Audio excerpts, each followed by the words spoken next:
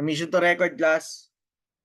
So, laging tatandaan, class, in any endeavor, we have this principle called the Pareto principle.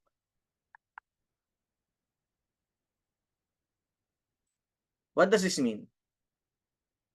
The Pareto principle simply states that 80% of your results come from 20% of your actions. Best results. Ano pa? Ano pang example nito? 80% ng pera ng mundo is only governed by the 20% of the people.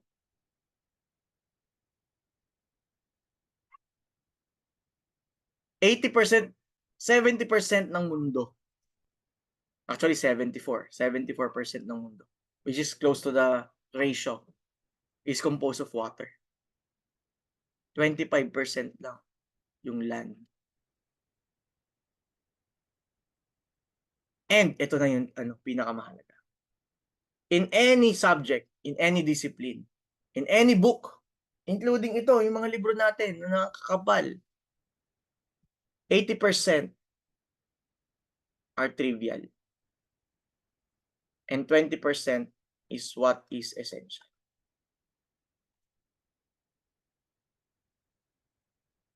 That's the reason for what? Babasahin nyo yung lahat. Eto, I'm gonna challenge you, no? To read the whole case. Isa lang naman to, no? And it is assigned per district. And what is essential is the digest, case digest. And how will you do it? How will you do it? By giving me the following. By stating the facts, or the summary, by giving me the issue at hand, and finally, the ruling, or how is it held by the trial court, by the Supreme Court, by the Court of Appeals, and so on and so forth. Now, how will you do it? How will you do it? Tingnan nyo to. Balik tayo sa natin. Example natin. By simply typing this one. Tingnan nyo Tingnan to, class. Ganito ka kadali mag-aaral ngayon. And we want to take advantage of it.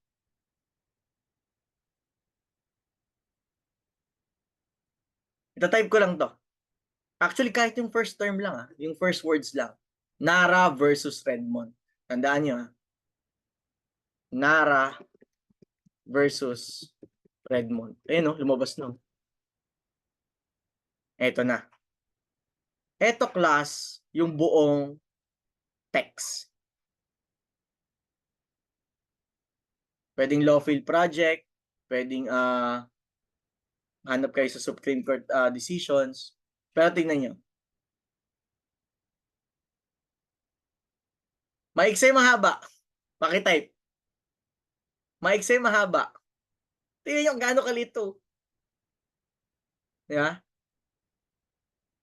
Ito yung whole text. And I'm gonna challenge you to read this. And also, pag sinerch nyo nga ulit, lalabas at lalabas yan, yung mga case stages. Example ito. Ayun, no? Tingnan nyo. Kiklik ko to, si Lawyerly PH. Tingnan nyo, class.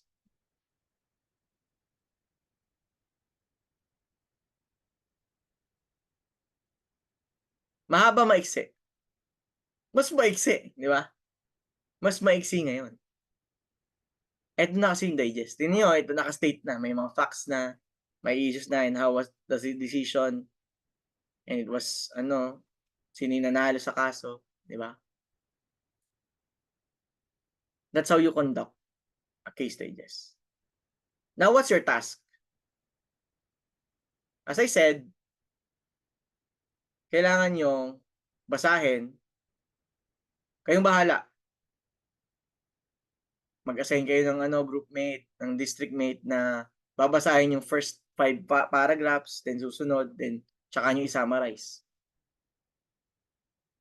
After basahin, kailangan nyo gumawa ng sarili yung case digest by stating the facts, summary, issues, and ruling. Ngayon ito na. Kailangan yung isulat yung case digest. Pipili lang kayo, merong isang alay na magsusulat. And maximum, paki-note, maximum of 1 piece yellow paper lang pwede. Okay, 1 piece yellow paper. Wala nang isusulat sa likod, sa harap lang. Ilalagay nyo lang doon yung kaso, and then your case digest, your section, and your district number. Please type gets kung na-gets yun.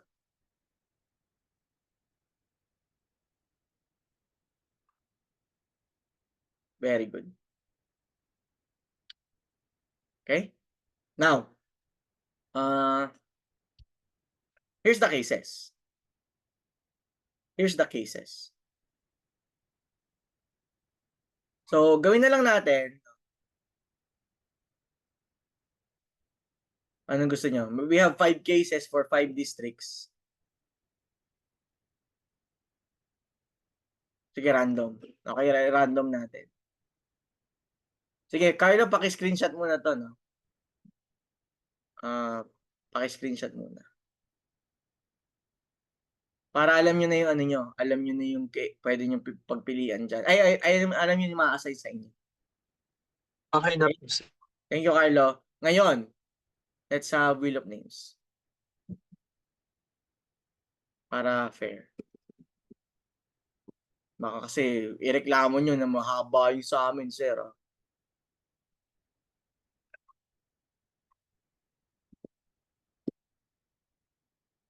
So for District 1, you are assigned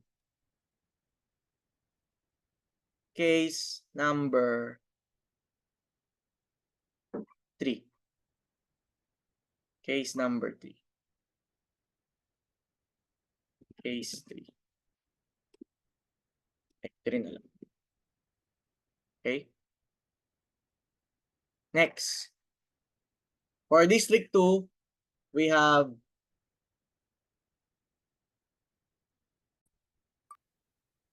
case number 2.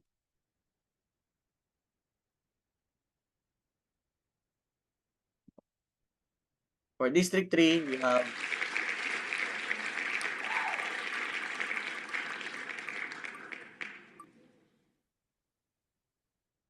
case 1.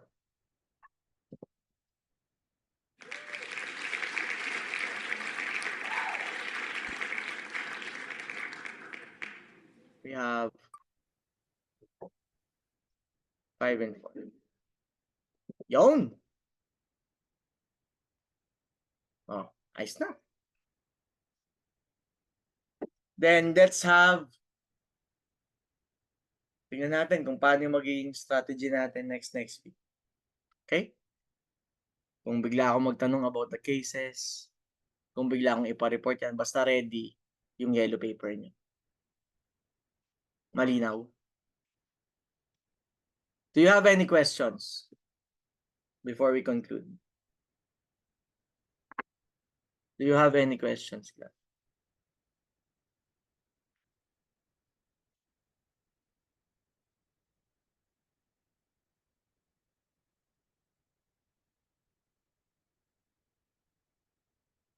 Okay. So, that will be it. Thank you, class, and God bless you all. Bye-bye.